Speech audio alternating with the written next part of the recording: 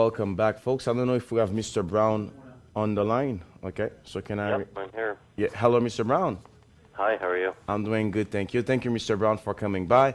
So, Mr. Brown, you know that a lot of changes, a lot of improvements have been made ever since you came to visit us on September 13. So, first of all, I have questions concerning the approval you received, the CE mark, and the Health Canada approval you received for your Verisante technology. First of all, with those approvals, do you tend to tackle both markets, the Canadian and the Europe market, simultaneously? Yes, to a certain extent. Okay. We're a little bit farther ahead in Canada because we already have a great distributor. And I think we have an advantage in Canada because this is where the technology comes from. So doctors here should be quicker to adopt it because it's from the BC Cancer Agency and the University of British Columbia. So there's more recognition in Canada. Okay, so does that mean that, because I know that in Canada you told me like with the deal you made with Clarion Medical Technologies, is that the type of agreement that we could expect that you should replicate in Europe? Because I know Clarion Medical Technologies has a bench of dermatologists that it serves as a supplier. So is that the same type of agreement you intend to do whenever you want to tackle Europe, the European market? Yes, and we're actually in the midst of looking for distributors in Europe, and for some countries we think we have settled on who we want, and others we are still searching, and we have a consultant who has offices in each country. Okay. And they prepare a report for us, and they reach out and they talk to different people, and then they make a recommendation who they think the best candidates are. And then in September, we will actually be at the European Academy of Dermatology annual meeting in Prague, and we'll be meeting with some of these companies then. So there's a process that we go through because we want to make sure that we get the best distributor in the dermatology field. And because these are foreign countries, we know less about them than we do Canada. You know, so it's easy to do in Canada because we're from Canada. Yeah. But for all of these different places, it takes a certain amount of research and talking to people first before we can make that decision. Okay, but so far the research is doing good, as you said, right? Yes, it's coming along. It's been difficult in the summer because a lot of Europeans go away for August. Yeah. Okay. Excellent. And so when you start selling your first units, because you receive approval from Health Canada, so in Canada, when can we expect to have some big revenues coming from this breakthrough technology, this breakthrough that you made with this technology? Where we're at right now is that we are just going to continue our beta testing, which started a couple of months ago, and we're about to place our unit. So the first stage of the beta testing was at the BC Cancer Agency in Vancouver General Hospital, so it has passed all of those tests. And then the next stage is to place a unit in a dermatology clinic. We'll have 5 clinics across Canada. Okay. And once the units are placed there, then those dermatologists will start collecting data where they will scan a skin cancer lesion before they biopsy it. And once we have a certain amount of data where we can verify that the device is working as it should and make any adjustments that are required, then we can start selling it. So that beta testing is going to take 2 or 3 months. Okay, excellent. So Starfish Medical, I know that's the company which actually produced to you a prototype. So far, do you intend to use them as do you give them the rights, exclusive rights to produce this technology if ever those beta tests come to be positive? Yeah, the answer is no. We don't have to give exclusive rights to an OEM. We hire them, and they work for us. So that's not required. It's a bit different with distributors. Generally, distributors will want exclusive rights for a territory. Okay. but with OEMs, it's not necessary. And we have actually expanded our offices in Richmond, British Columbia, which, for those of your listeners who don't know, it's a suburb of Vancouver. It's actually where the airport is. And we do have a space there where we can assemble devices. Oh, So we have the capability of also assembling them ourselves. So we're taking the belt and suspenders approach. We have two potential sources of supply now. We have ourselves and we have Starfish. okay. Excellent. So everything is going good so far.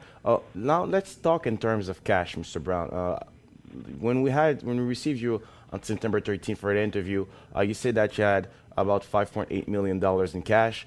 Right now, I know that you already started the process to receive approval from the FDA, because you told us in the earlier interview that if ever they ask you to get approval from Health Canada first, and then they will be able to see read your submission for this technology. So do you expect your burn rate to increase with this approval process that you're making with the FDA, or are you still also like pushing a lot to get this FDA approval? How do you think this could help you? Give us an insight on this. Okay, well, with the FDA, what we are asking them for is to approve our device subject to a post-market approval study, Okay. on the basis that we've done a clinical study at Vancouver General Hospital on 1,000 lesions. So there's a possibility that they may accept that. There's also a possibility that they will say, you need to do a clinical study in the United States. Okay. If we need to do a clinical study in the United States, it's going to cost approximately $1.5 to $2 million is our estimate. And we'll know more exactly if we have guidance from the FDA and they say this is how many sites, this is how many patients, then we can get a detailed quote. So right now we just have our estimate to go on, and I wouldn't classify that as part of our regular burn rate because it's not a fixed expense. It would be a one-time expense, and that's approximately how much it would cost us. If we had to, we could fund it out of the cash that we currently have. However, chances are that when we come to that point, we would probably just do a private placement to cover the cost. Okay, I understand. So right now, Mr.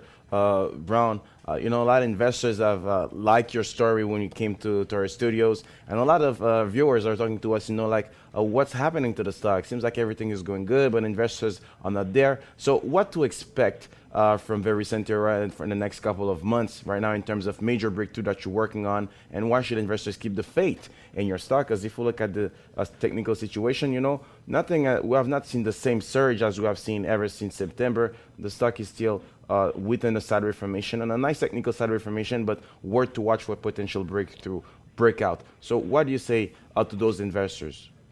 Yeah, well, one of the things I was just looking at is on the TSX website, when you put in our stock symbol, they give you the opportunity of comparing it to an index. Okay. So, whenever you're looking at the performance of a stock, you need something to compare it to. And if you compare it to the broader market, and I'm using the S&P TSX Venture Composite Index, and the period of time is 1 year, I see that our stock is down approximately, looks like it's about 23%, and the broader index is down about 35%.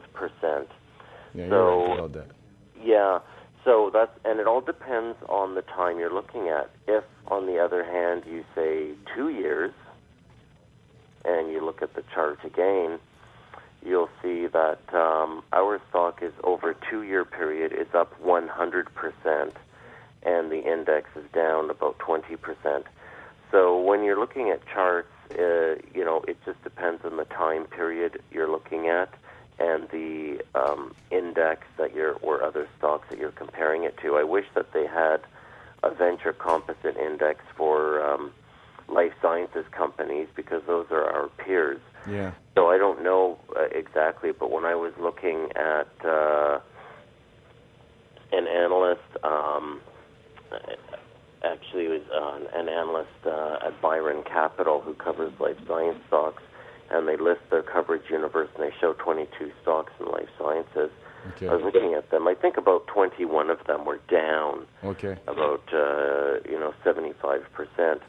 So I think that this is really a problem, unfortunately, for us with the broader market that we're in, and the concerns over the Eurozone. And so what investors are really looking for, and this is just speculation on my part, I think what investors are really looking for in this current market are companies that are actually generating earnings. Okay. And we're on we're at the 11th hour right now.